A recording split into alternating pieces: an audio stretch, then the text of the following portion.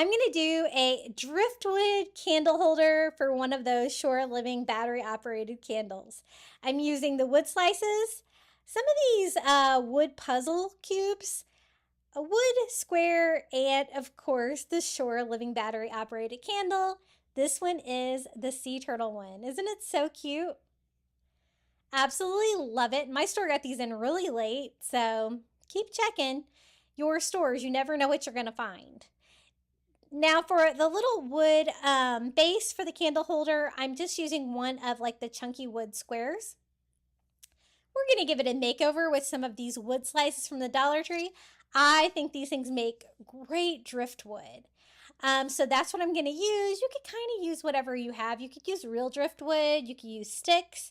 It's going to kind of give you the same kind of vibe.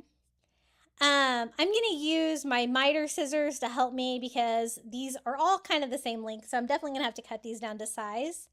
And I just do the first one with just some hot glue right here on the very edge. And I want to cover the entire candle holder with driftwood to give it that coastal beachy look. So definitely going to have to cut these down. I find that my miter scissors, I did replace the blades. One of you guys told me I should do that, and it is way better now. I might even need to do it again because it's getting a little bit more difficult.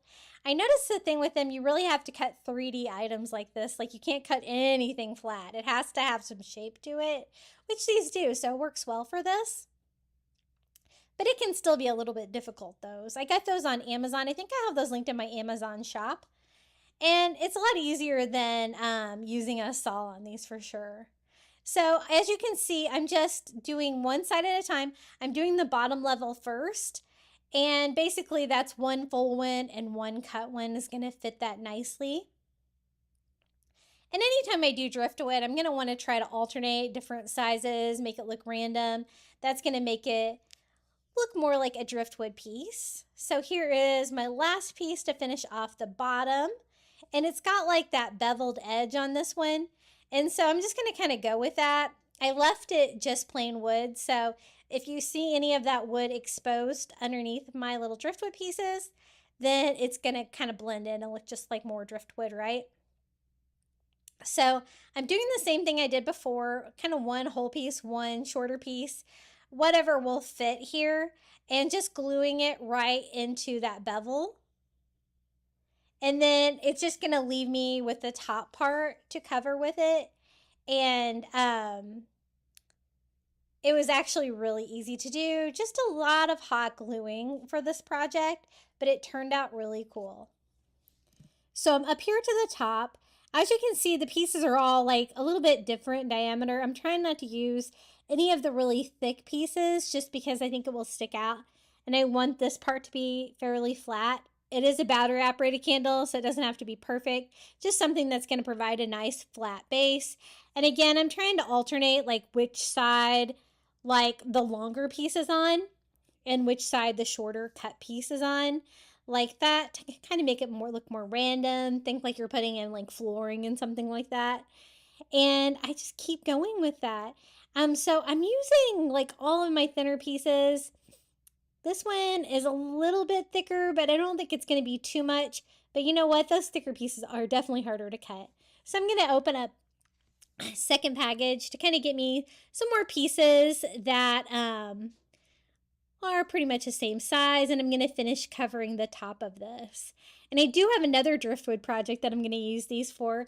If you see these at your crafter square, pick them up. They go so fast, but they make great driftwood.